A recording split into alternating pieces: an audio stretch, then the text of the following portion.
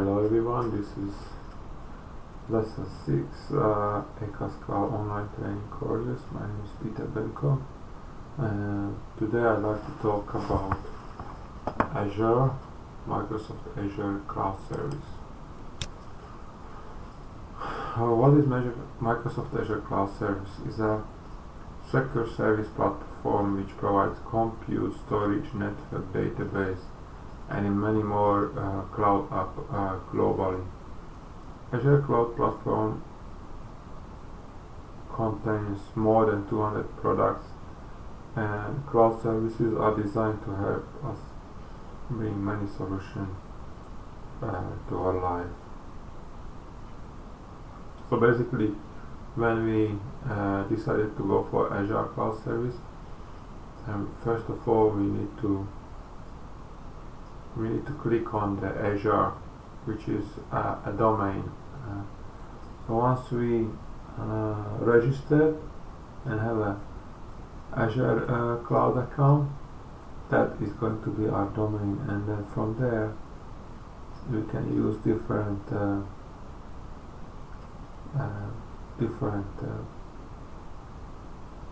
services, different resources, apps for our project in Asia.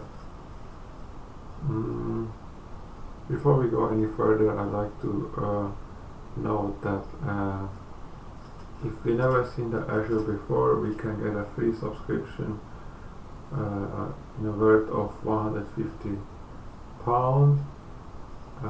It is free for 30 days period, and then after 31st day is a limited service. So 1 year free subscription, all services after 1 year, all services are charged. So that's what we need to know about Microsoft Azure before it, when we register. Now here is this Microsoft Azure account. Before we go and work on a project, we need to understand some of the terminology used here in Microsoft Azure. First of all, you see here subscription. What a subscription is and what is the resource group, because these two are very tightly interrelated. And not just that, but a resource group contains resources. So let's explain what it means. The subscription is basically a logical container into which any number of resources, whether it is a virtual machine, web app, storage account, can be deployed. So here is, for example, a picture. I got my Azure account, and then I can create a different subscription for my development, for my test, and my production. And within those subscriptions, then I can define my resource groups based on the nature of the project, and the resource group is going to be an item in Azure. We are trying to build our resource groups into logical containers. So basically, for example, if we're going for web application, then all our resources related to the web application means the hostage, means some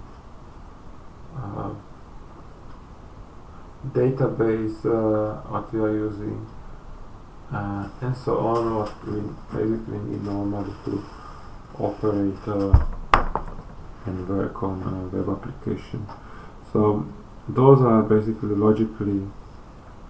somehow logically related one in another, and that will create, those resources will create resource group.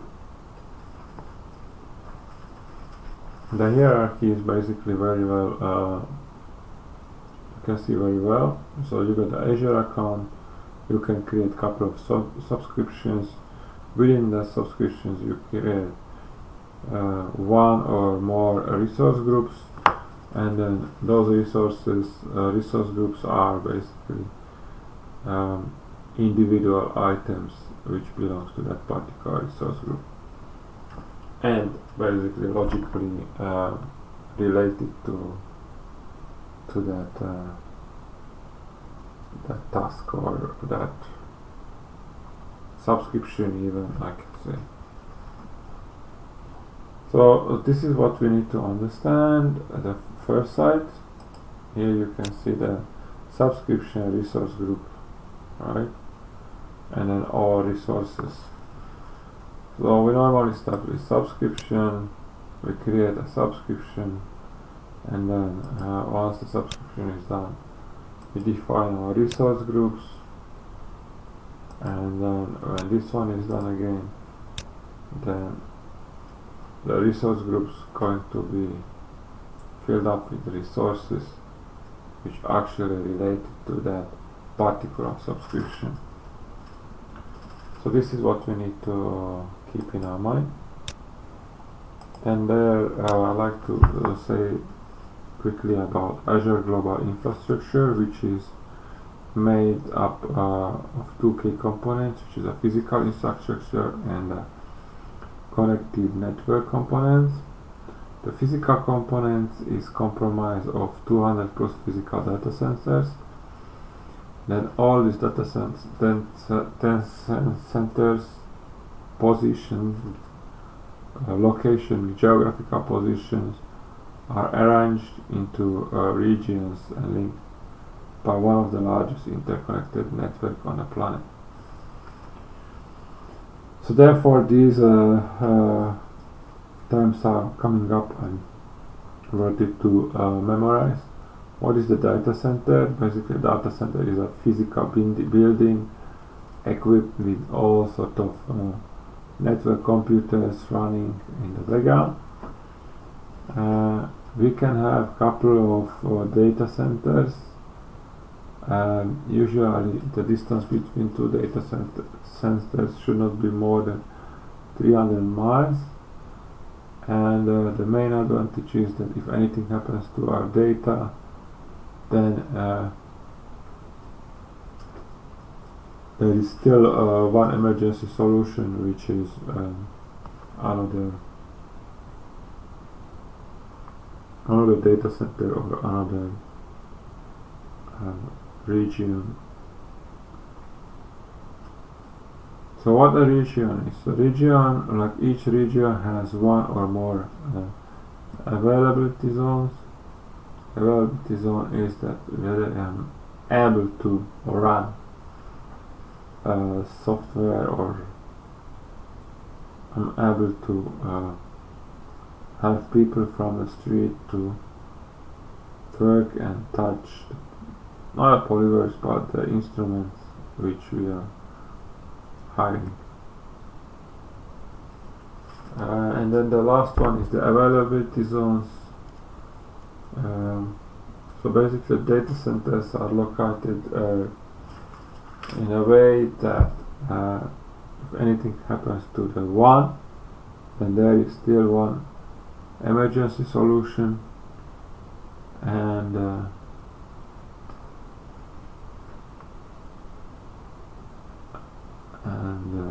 we can use it in case we need it for